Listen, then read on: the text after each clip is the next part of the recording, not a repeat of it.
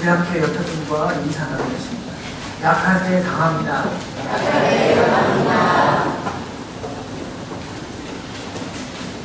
존웨인 신드롬이라는 말이 있습니다.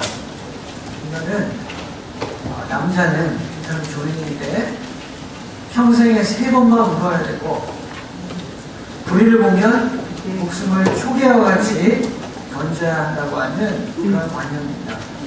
그러나 남자가 무한히 거칠다고 해서 다 되는 것이 아닙니다. 조폭 같은 사람은 해당되지 않습니다. 남자는 신서야하고 똑똑해야 하고 가끔은 아주 다정다감한 사람이야 합니다. 존 웨인이라고 하는 미국 배우로부터 생겨나게 됐는데 왜 그러냐면 세계 제2차 대전 후에 미국의 서부 영화가 전 세계 극장을 풍미하면서 유행을 했는데 이분이 덩치도 크고 말수도 별로 없는 분인데 아주 영웅적으로 영화에서 나왔기 때문에 이 사람들이 이 존웨인만 보면 남자는 저렇게 해야 된다는 그런 생각을 가지게 되었습니다. 그런데 의사들은 이야기하기를 남자들이 존웨인 신드롬에 빠지게 되면 일찍 사망한다고 합니다. 실제로 우리나라 평균 수명을 보면 남자는 77세인데 여자는 84세입니다. 왜 그러냐면 남자들이 책임져야 하고 국제시장에 나오는 그 아버지가 달수한테 얘기해 주듯이 네가 내가 없는 그 자리를 챙겨야 된다. 그러니까 일생 동안 그 짐을 지고 살게 되니까 그렇게 되는 거예요. 영화에서는요, 저 존웨인이 총 들고 나와서 쏘면 다 죽어요. 저 사람에 의해서 화살이 날라오거나 총알이 날라오면 다 피해가고 맞아도 경상. 근데 아무 쪽으로 쏴도 다 쓰러져.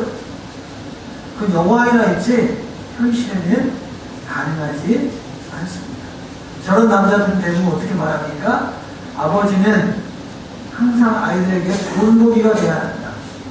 자질구레한 애들 교육은 엄마가 알아서 하는 것이고 아빠는 가끔 정신교육과 성적만 체크하면 된다. 이렇게 믿고 살면 가정에서 쫓겨나기 쉽고 일찍 돌아가실 수 있다는 겁니다. 그런데 이 존 웨인 신드롬과 같은 현상이 우리의 신앙생활 가운데도 나타날 수 있습니다. 사람들은 어떤 기대치가 있는 거예요. 존 웨인은 아니더라도 사람들은 신앙인들에 대해서 이런 기대를 걸고 있고 우리 스스로도 생각하고 남들에게 대해서도 그렇게 말할 수 있습니다. 믿는 사람들은 항상 이러한 모습이라 한다. 그렇게 말하는 거예요. 여러분의 교회에 장로님이 3분 계신데 장로님들 항상 볼 때마다 모습이 어떻습니까? 항상 변함없이 웃으시고 든든한 거목처럼 무슨 일이 있든지 그 자리에서 버텨 주어야 한다고 하는 그런 기대가 있습니다. 권사님들에 향한 기대는 어떻습니까?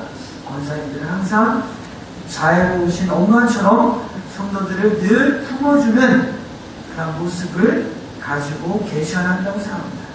집사님들에 대한 기대는 어떻습니까? 일하는 사람이니까 일을 잡은 사람들이니까 어떻게 해요? 항상 눈썹을 휘날리면서 발바닥에 땀날 때까지 열심히 일하는 그런 모습을 기대합니다. 성도들을 향해서 교회 나오는 사람들을 향해서 가지는 기대는 무엇입니까? 따라해봅시다. 만사형통. 무조건 잘 돼야 됩니다. 땅을 사면 땅값이 오르고 집을 사면 따블이 되고 자녀들이 다 잘 되고 그것을 기대하고 그렇지 못할 경우에 우리들은 실망할 수 있고 또 그렇게 되기 위해서 또 그렇게 된 것처럼 보이기 위해서 열심히 우리를 포장할 수 있습니다. 그러면 여러분 앞에 서 있는 저를 향한 기대는 어떻습니까? 목사를 향한 기대가 교회에서 제일 많다는 거 아시죠? 그래서 목사님들이 일찍 들어가십니다. 그리고 목회를 하는 중간에 어려움이 있는 것 같아요. 자, 목사를 향한 여러 가지 요구 상황 중에 목사는 뭐 하면 안 돼요? 아프면 안 됩니다. 목사는 건강해야 돼요. 오늘도 제가 한 목요일부터 감기가 심하게 와가지고 근데 오늘은 이 자리를 위해서 컨디션을 조절하고 제 얼굴이 어떻습니까? 좋아 보이죠? 금요일날 여권 사진을 찍었는데 완전 환자예요. 이렇게 내가 힘이 없어 보인다. 근데 오늘은 쌩쌩하게 이렇게 서 있습니다. 그런데 저희 교회 성도들만 목사님이 건강해야 된다고 생각하는 게 아니고요.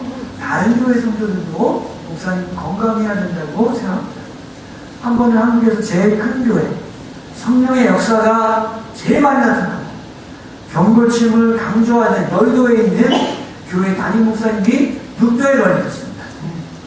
근데 목사님도 사람이잖아요. 왜냐하면 그 당시에 전국적으로 아폴로 눈병, 이거 전염되는 거예요. 손으로 전염되는 눈병이 유행하기 때문에 많은 사람들이 눈병에 걸려서 안대를 하고 예배에 참석하신 분도 있었어요. 그렇지만 목사님이 눈병 걸렸다는 그 사실을 적에게 알리면 안 되기 때문에 목사님은 안대를 안 한 채로 다음 날에 서서 설교를 했습니다. 그날따라 텔레비전으로 중계가 되는데 카메라가 어떻게 했겠어요? 평상시에는 목사님 막 이 CCTV까지 잡았는데 그날따라 이렇게 카메라가 좀 멀리서 잡고 잘 안 비춰주던 회중석을 많이 비췄습니다. 왜냐하면 눈 빨개지는 게 보이면 안 됩니다. 그리고 성도들과 인사를 나누는 시간에도 어떻게 했어요? 그날은 인사를 나누지 않았습니다. 목사님이 건강해야만 교회에 짐이 되지 않고 목사님이 건강해야만 많은 역사를 이룰 수 있다고 보는 것이 바로 사람들의 견해입니다. 여러분 자신을 향해서 가지고 있는 일종의 강박관념은 없으십니까? 아마 여러분들에게도 엄마로서, 아빠로서, 할머니로서, 할아버지로서, 아들로서, 딸로서 가져야 하는 그런 강박관념들이 다 있단 말입니다. 그러나 성경이 실제로 우리에게 말씀하고 있는 진리는 무엇입니까? 우리가 언제 가장 능력있게 신앙생활을 하고 우리의 삶이 언제 가장 강력하게 하나님의 도구로 사용될 수 있었습니다. 오늘 10절 말씀은 분명한 진리를 우리에게 증거하고 있습니다. 같이 봅니다. 그러므로 내가 그리스도를 위하여 약한 것들과 능력과 움직과 박해와 근거를 기뻐하노니 이는 내가 약한 그때 강하다. 언제 강하다고요? 약할 때 강하답니다. 약할 때 강하다는 말은 교회에서만 쓰는 말이에요. 성경에서만 써요. 왜냐하면 이건 역설이에요. 이거는 맞지 않는 말이에요. 왜냐하면 우리가 사는 세상은 어떤 사람만이 살아남습니까? 강자만이 살아남습니다. 우리 자녀들을 기르면서 자녀들에게 제일 많이 하는 말이 뭐예요? 우리 학생들 제일 많이 듣는 말이 뭐예요? 집에서 공부 잘해라. 공부 열심히 해라. 열심히 하지 않으면 살아남을 수 없다. 왜냐하면 세상은요 치열한 경쟁 상이기 때문이에요. 그래서 언제든지 강해 보여야고요 약하게 보이는 순간 죽음을 맞이하게 되어 있다고 하는 그러한 생각이 항상 우리 주변에 있습니다. 그래서 강하게 보이기 위해서 많은 보조적인 수단들이 동원됩니다. 어깨가 좁은 분들은 어깨에 무엇을 넣습니까? 뽕이라는 거, 스펀지를 넣는. 지난번에 옷가게에 가서 옷을 딱 보는데 다 좋은데 어깨가 좀 큰 거예요. 뽕이 있었으면 샀을 텐데 뽕이 없더라고. 때로는 키가 작은 분들은 뭐라도 넓어 보여야 돼요? 몸이라도 넓어 보여야 되니까 어떻게 해요? 어깨를 일부러 내 가슴을 펴고 그렇게 걸어다닙니다. 키가 작은 분들은 옆으로 된 무늬가 난 옷은 입지 않습니다. 새로 된 옷을 입거나 속에 숨은 키 5cm를 키워주는 키높이 구두를 신습니다. 돈이 없어도 외제차를 타고 다녀야 상대방에게 신뢰를 심어줘서 거래가 잘 된다고 합니다. 다른 곳에 갈 때는 걸어가더라도 백화점에 갈 때는 꼭 좋은 차를 타고 좋은 신발을 신고 가야 업수 여김을 당하지 않는다고 생각합니다. 그런데요, 신앙생활에 있어서 이런 원칙과 정반대의 원칙이 적용됩니다. 약할 때 강합니다. 여러분, 왜 이 말이 진리가 됩니까? 우리는 언제라도 강하게 보려고 하는데 이 세상은 강한 자만이 살아남는다고 이야기하는데 하나님께서는 왜 우리가 약할 때 강하다고 말씀하십니까? 무엇이 이것을 우리에게 진리로 입증해 줄 수 있습니까? 9절 말씀을 다시 한번 봅니다. 나에게 이르시기를 내가 이루어주리라. 이는 내 능력이 약한 데서 운전하여주리라 하십니다. 그러므로 오히려 크게 기뻐하고 나의 여러 약한 것들에 대하여 자랑하니 이는 그리스도의 능력이 내게 머물게 하려 하냐. 하나님의 능력은 우리가 약할 때 가장 잘 드러나기 때문입니다. 바울이요, 이걸 설명하기 위해서 자기 자신을 예로 들었어요. 바울이 대단한 사람이에요. 지금으로 말하면 서울대학교 대학원을 나온 사람이고 박사학위를 가지고 있는 사람이고 미국 시민권을 가지고 있는 사람이었어요. 잘 나가는 사람이었는데 바울은 그보다 더 놀라운 체험을 했어요. 어떤 체험을 하냐면 기도를 했는데 기도하는 중에 하나님 나라를 직접 본 사람이에요. 3층 천에 올라가서 세 번째 하늘에 이끌려 올라가서 하나님 나라를 체험하고 왔어요. 세상적으로 보나 사회적으로 보나 교회적으로 보나 영적으로 보나 그는 대단한 것을 체험한 사람이었음에도 불구하고 그가 약할 때 강하다. 내가 가지고 있는 것들은 아무것도 아니다라고 그는 고백합니다. 자기의 예를 들어서 고백하는데, 왜냐하면 하나님께서 자신에게 직접 말씀해 주신 기도에 대한 응답을 예로 들어서 왜 사람이 약할 때 강한가를 증거하고 있습니다. 바울은 7절에 있는 대로 무엇을 위해 기도했습니까? 7절, 8절 말씀을 같이 기도하겠습니다. 여러 계시를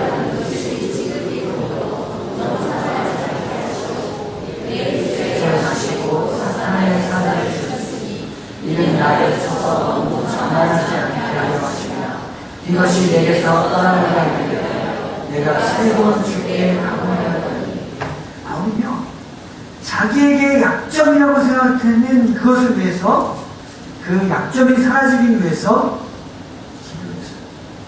자신에게 있으면서 늘 자신을 괴롭히고 자신의 사역을 방해한다고 생각하는 육체의 가시, 사탄의 사자가 제거되기 위해서 기도했습니다. 한 번 기도한 게 아니라 몇 번 기도했다고 했어요? 3번이나. 그냥 일반적으로 기도한 게 아니에요. 이거 3번 기도한 건 우리의 40일 작정, 20일 작정하듯이 결심하고 기도합니다. 결심하고 기도했는데 어떤 일이 하나님이 인정이 안 하십니다. 바울이 가지고 있던 육체의 가치가 무엇인지를 본문은 정확하게 표현하지 않습니다. 그러나 그것은 복음 사역을 하는 데 있어서 대단히 많은 지장을 주고 있는 것이었습니다. 그래서 성경학자들은 다른 바울 서신들을 참조하면서 이야기하기를 그가 다메섹 도상에서 빛 가운데 임하신 예수 그리스도를 만났을 때 눈에 뭐가 띄었냐면 비늘 같은 것이 낀 뒤로는 그 심한 안질에 시달려서 서신서를 쓸 때도 갈라디아서를 보면 내가 이렇게 큰 글씨로 쓴 것을 보라 하는 것처럼 그는 안질 때문에 복음 사역에 여러분 말씀 증거하기 위해 섰는데 여기 막 눈 코 끼고 눈이 뻘겋고 이러면 방해가 된다고 생각을 합니다. 또 한 가지의 의견은 그런 심한 간지를 앓고 있어서 복음을 증거한 뒤에 갑자기 발작이 일어나거나 어려움이 있었을 거라고 이야기하고 있습니다.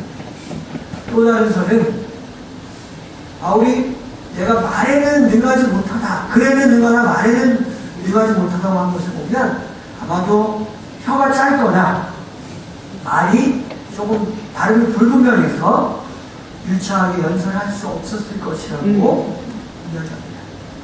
어떤 분들은 바울이 심정쇠약에 늘 시달리고 있어서 늘 고통과 두통 가운데 있었을 것이라고 이야기하지만 정확히는 알 수 없습니다. 아무튼 그에게 뭐가 있었냐면 내가 사역하는데, 내가 하나님의 일을 하는데, 내가 복음 증거하는데 이것만 없어지면 더 능력 있게 하고 더 멋지게 할 수 있을 텐데 하는 그 약점이 있었다는 것입니다. 그리고 그 약점의 제거를 위해 기도했습니다. 그렇다면 하나님은 어떠한 응답을 주십니까? 9절 말씀을 다시 한번 봅니다. 나에게 이르시기를 내 은혜가 내게 주옵소서. 이는 내 능력이 착한 데서 온전하게 증거하시옵소서. 그러므로 도리어 크게 기뻐하고 나의 여러 약한 것들에 대하여 자랑하여 이는 그리스도의 이름이 내게 몸을 위하여 하나님 아니라 노예의 응답을 주셨습니다. 하나님께서 성령 충만하고 능력이 넘쳤던 바울, 그럼 제가 이 손수건을 가지고 있지만 제 손수건을 가져간다고 해서 여러 가지 아무 일도 일어나잖아요. 그러나 사도 바울은 사도행전 말씀 보면 바울의 손수건만 가져가도 병이 떠나갔다는 거예요. 그만큼 능력 있는 사람이었음에도 불구하고 그런 사람이 3번이나 작정하고 기도했음에도 불구하고 너 아니다라고 하는 거부의 응답을 주셨어요. 현대어 성경은 이것을 아주 잘 풀어서 설명을 했습니다. 여러분 같이 읽어보실까요? 그때마다 하나님께서 이렇게 말씀하셨습니다. 안 된다. 그러나 내가 너와 함께 있어. 내게 내리는 은총은 그것으로 충분하다.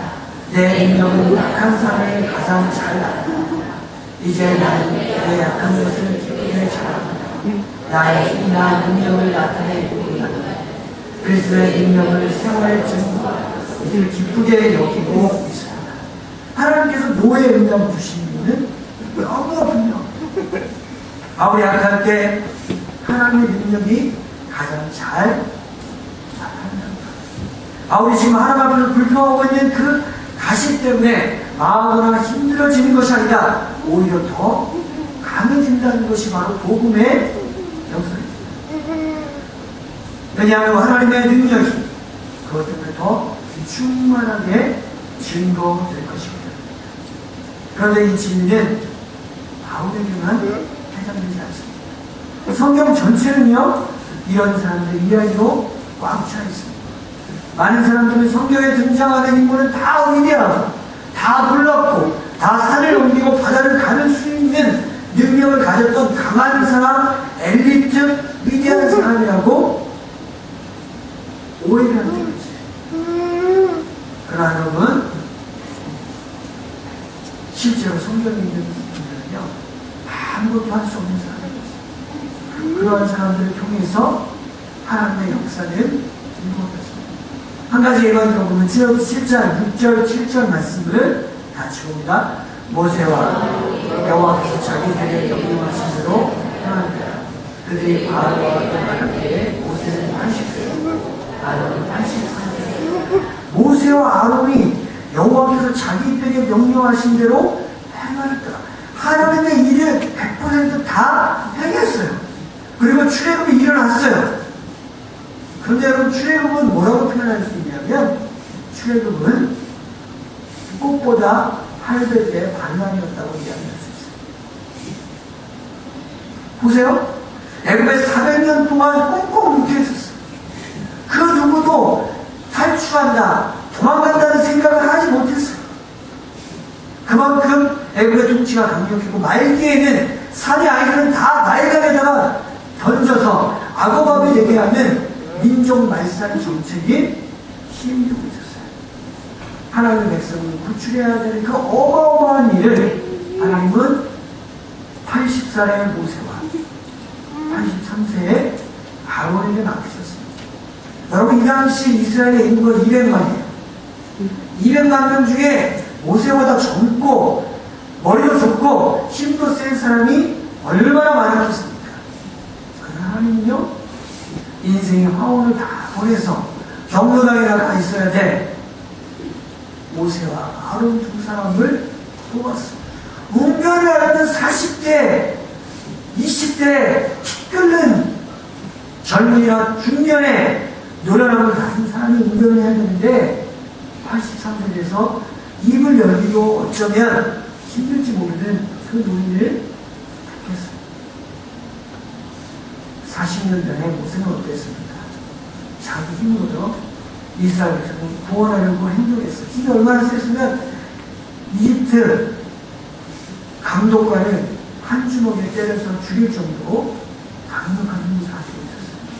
그러나 지금 하나님의 부름을 받을 때 그 어떤 상태였습니까? 그 좋던 힘과 빛나는 청춘을 다 흘려버린 초라한 80세의 노인입니다. 이게 무슨 텔레비전 예능 프로그램도 아니고 80대 할배들이 노인 두 명이 세계 최강국의 왕에게 도전한다는 것 자체는 무리 중에 무리고 도저히 될 수 없는 일이에요. 그런데 여러분, 최종 승자는 누구였습니까? 할배들이었어요. 요즘 할아버지들이 나오는 게 대세예요. 그래서 다 성경적인 거예요. 얼마나 성경적인 거예요. 하나님은 40년 동안 왜 모세를 기다리게 했을까요? 하나님은 왜 40년의 세월을 그냥 다 보내고 난 다음에 물 다 빠져버린 그 모세를 들여다가 썩혔습니다. 40년 동안 피난 가서 미디안에서 모세가 한 일이 뭐겠습니까? 양치는 일이거든요. 왕궁의 그 호세와 기름기가 양들을 돌보는 40년 동안 비바람을 맞고 땡볕 아래서 양들을 끌고 다니면서 다 빠지고 난 다음에 완전 탈색된 다음에 그 다음에 하나님의 능력으로 물들이셨음을 믿으시고 하나님 그렇게 하세요.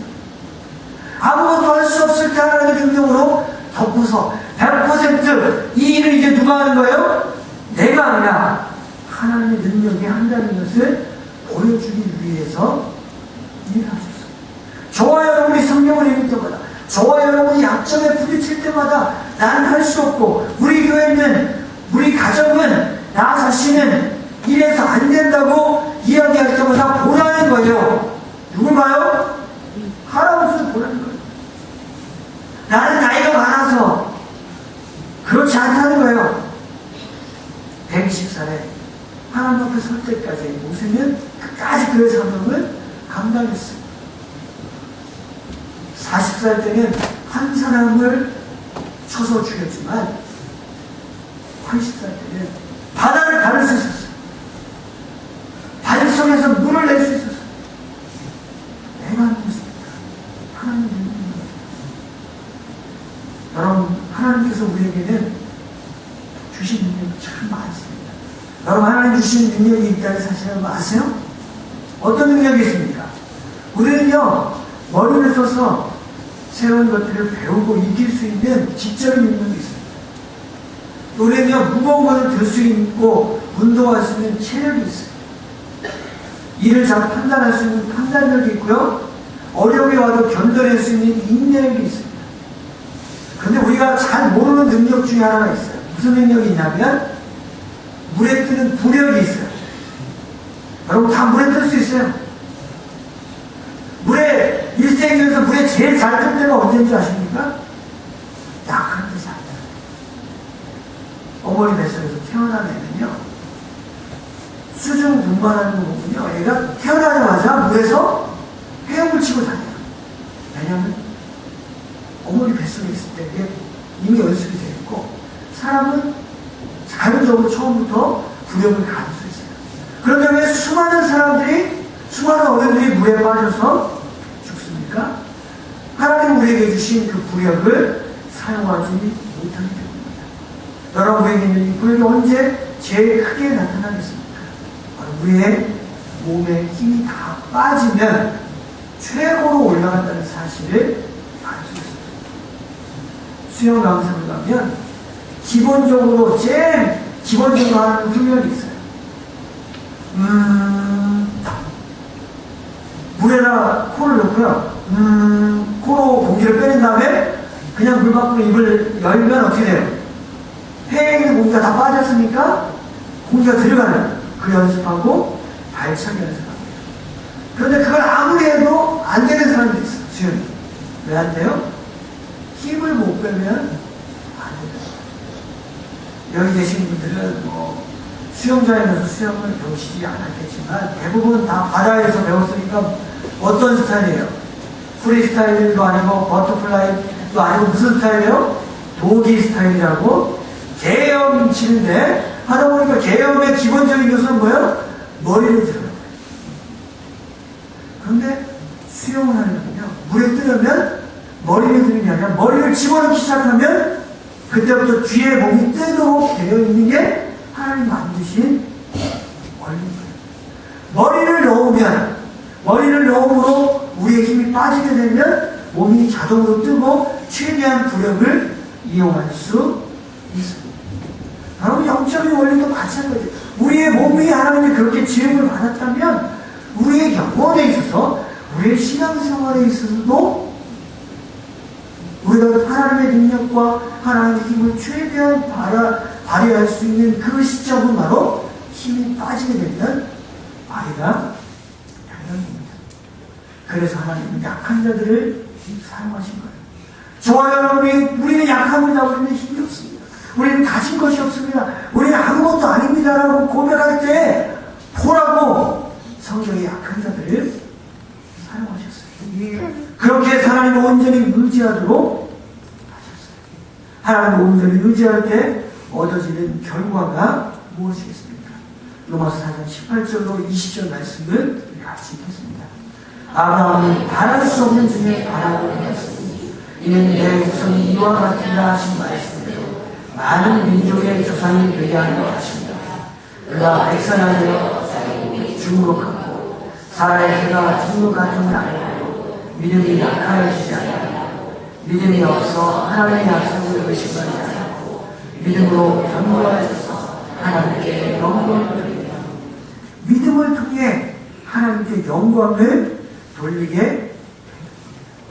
100세나 된 아브라함과 90세 된 할아버지 사라는 임신할 가능성이 0.0001% 되지 않는 생물학적으로는 이미 죽은 사람이었어요.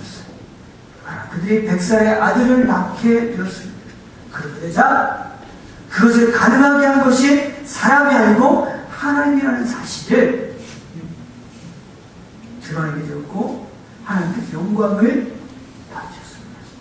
하나님의 능력이 온전하게 드러났습니다. 여러분, 이것이 바로 믿음 생활의 원리입니다. 믿음은 무엇입니까? 믿음은 내가 무엇을 하는 게 믿음이 아니에요. 믿음이란 인간의 능력이 사라진 곳에 나타나는 하나님의 능력입니다. 가능성이 없어 보이고 정말 약해 보이는 그 자리에 나타나는 하나님의 능력. 그렇다면 여러분, 우리가 하나님의 능력에 동거되는 게 필요한 태도는 무엇이겠습니까? 오늘 우리의 삶에, 오늘 우리가 이 말씀을 듣고 우리의 삶에 돌아가서 어떻게 실천해야겠습니까? 어떻게 이 말씀을 부여잡고 살아갈 때 진정으로 하나님의 능력이 우리 가운데 나타날 수 있겠습니까?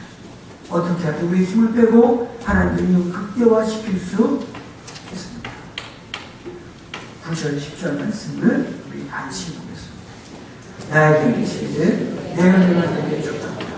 이는 내 능력이 약한 데서 온전하시리라 하셨으나 그러므로 우리와 크게 기뻐하고 나의 여러 약한 것들에 대하여 자랑하니 이는 그리스도의 능력이 내게 머물게 하리라. 그러므로 내가 그리스도를 위하여 약한 것들과 능력과 은빛과 박해와 온도를 기뻐하니 이는 내가 약한 것들에 강하리라. 약함을 기뻐하고 자랑하고 말씀하고 있습니다. 9절 말씀, 10절 말씀을 다시 한번 슬라이드 넣어보겠어요. 다시 한번 보면 하나님이 노라고 얘기했어요. 가시가 제거되지 않는 거예요. 그러나 뭐예요? 그러므로 도리어 뭐 한다고요? 크게 기뻐. 그 전에 어떻게 했다는 거예요? 기뻐하지 않았다는 거예요. 그것이 짐이었다는 거예요. 괴로움이었다는 거예요. 한심이었다는 거예요. 답답함이었다는 거예요. 그러나 하나님이 노라는 능력을 주셨을 때 그것을 통해서 내가 역사하고 그것을 통해서 내게 능력이 나타나게 될 것이다라는 사실을 깨닫는 다음에 이제 뭐가 나오게 돼요? 기쁨의 고백이 나오게 되는 거예요. 믿음의 고백이 나오게 되는 거예요. 그러니까 이제 10절에 보면 뭘 보게 됩니까? 약한 것들과 능력과 궁핍과 박해와 공부로 지금까지는 기뻐하지 않았지만 그래서 어떻게 한다고요? 기뻐하노라. 더 이상 집더위가 아니라 이건 뭐예요? 복덩인 거예요.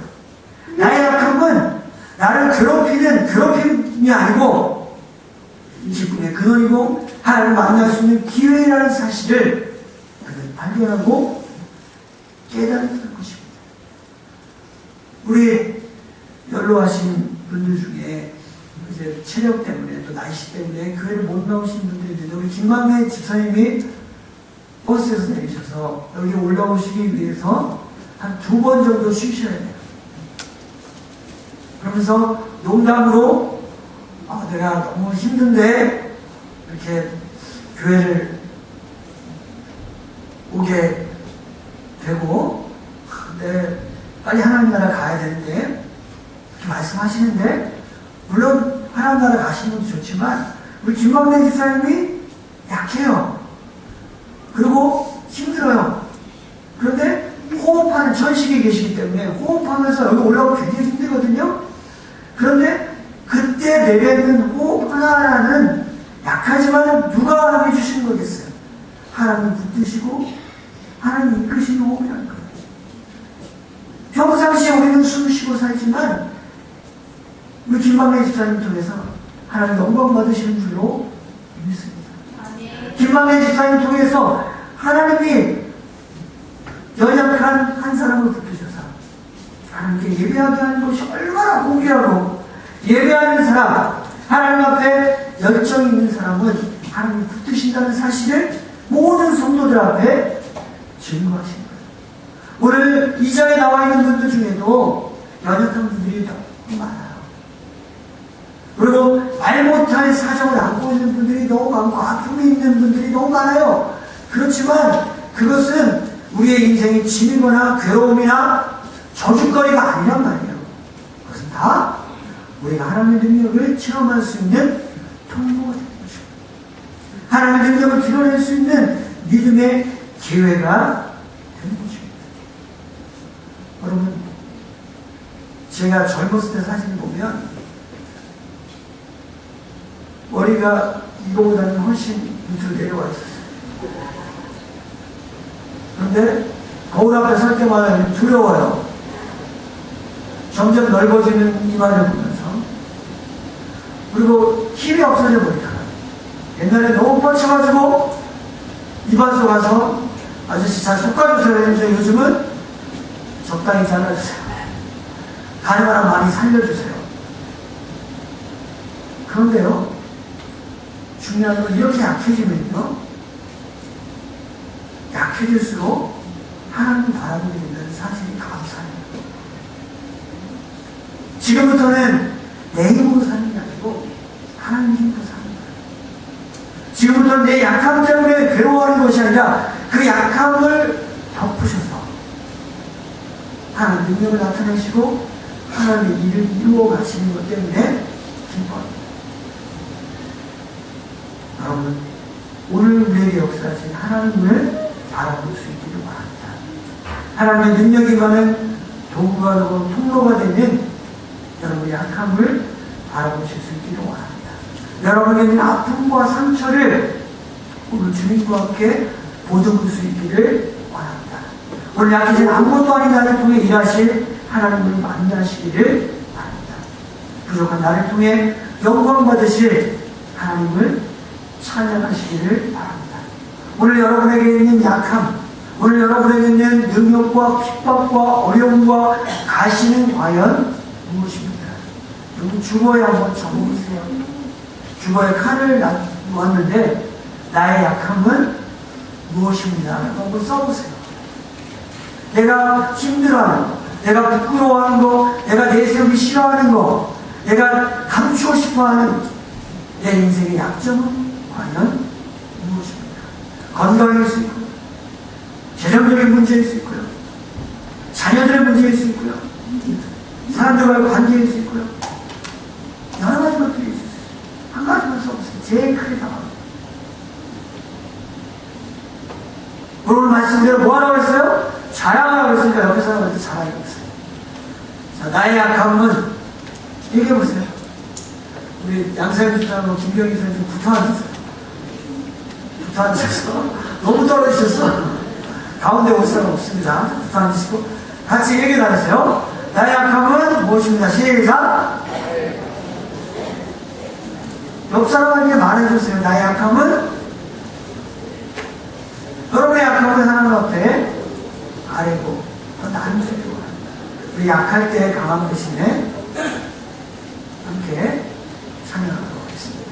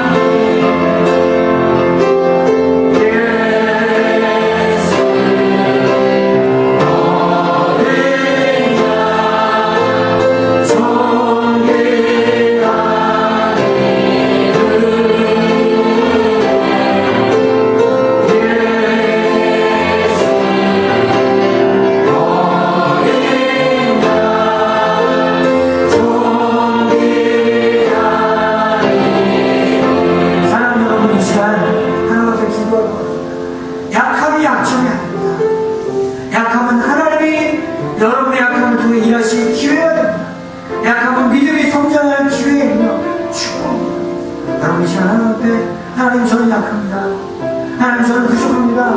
하나님 저는 이런 것 때문에 그렇습니다. 하나님 그냥 내려놓으세요. 하나님 그 고백하세요.